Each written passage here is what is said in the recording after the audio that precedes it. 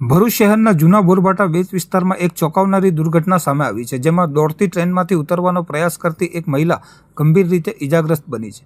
પ્રાપ્ત વિગતો મુજબ વડોદરાથી સુરત તરફ જતી ટ્રેનમાં મુસાફરી કરતી મહિલા બોરબાટા બેટ નજીક ટ્રેન ધીમી ગતિમાં હોવા છતાં ઉતરવાનો પ્રયાસ કરી રહી હતી. આ દરમિયાન સંતુલન ગુમાવતા મહિલા પટકાઈ ગઈ હતી, જેને કારણે તેને ગંભીર ઇજાઓ પહોંચી હતી. ઘટના સ્થળે હાજર લોકોમાં અફરાતફરીનો માહોલ સર્જાયો હતો. ઘટનાની જાણ થતાં તાત્કાલિક 108 એમ્બ્યુલન્સને બોલાવવામાં આવી હતી. ઇમરજન્સી સેવા ટીમ તુરંત સ્થળ પર પહોંચી મહિલાને પ્રાથમિક સારવાર આપીને વધુ સારવાર માટે ભરૂચ સિવિલ હોસ્પિટલ ખાતે ખસેડી હતી.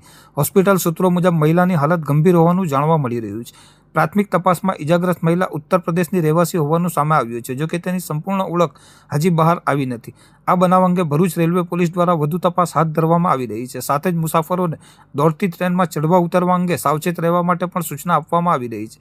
આ ઘટનાએ ફરી એકવાર મુસાફરી દરમિયાન બેદરકારી કેટલી ખતરનાક સાબિત થઈ શકે છે તે અંગે ચેતવણી આપી છે.